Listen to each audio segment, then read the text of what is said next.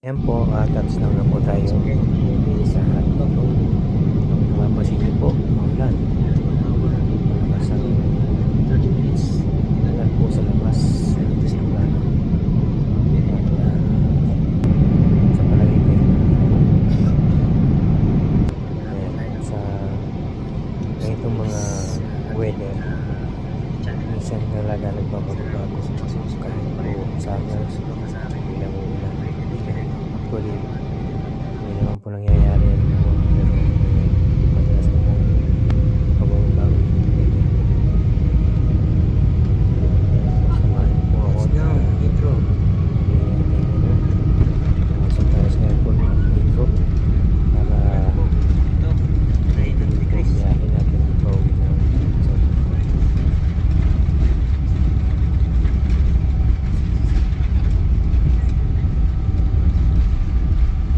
Reality.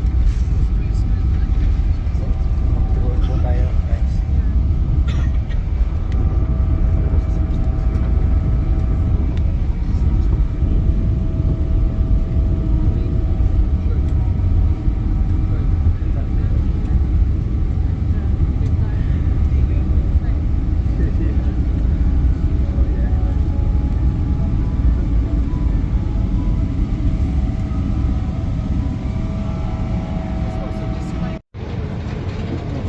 Pinayabit tayo. Taas tayo, guys. Baba taas, baba taas. Ano? Nasa baba.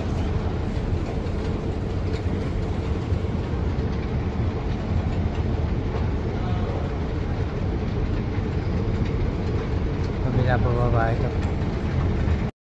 Yan po, dito na po tayo ulit sa intro. After ng 11 days, 12 days na biyahe, nandito na ulit tayo, pag-reality tayo at naghihintay lang tayo lagi dito sa conveyor. 8 o'clock po ng umaga po, time check, tapos 9:30 ang aking bus going to Southampton. 11:30 na po ng umaga makakarating. Hindi po ng konti at chuchutin na ng gabi. Ito po talagang buhay namin dito sa Inglaterra. Salamat po marami sa patuloy sumasama at sumusuporta sa akin dito video. Salamat po. God bless everyone.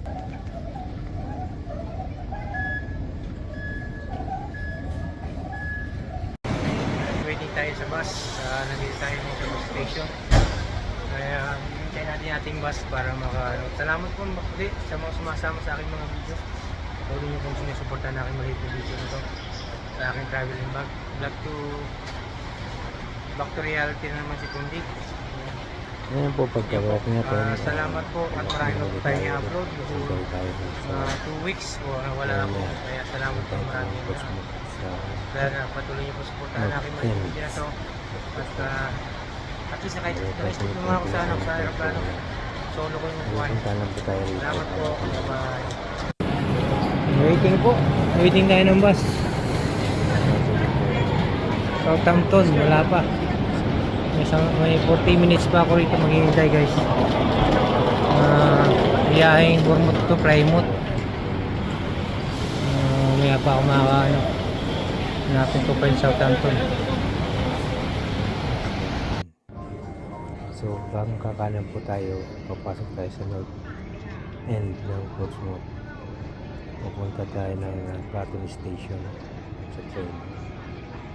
Maybe pick up na tayo rito sa kabilang side ng Portsmouth ito. At pag tumuloy-tuloy po tayo ng biyahe nito, punta tayo ng South Sea Marina. Hindi tayo mag-fishing pero may gagalakarin lang po tayo dito, guys. Kaya itong area na po ito, medyo dyan maaga po dyan papuntang hasta po sa Kalibanan. Medyo masikip na po yung mga daan kasi masyadong close po yung mga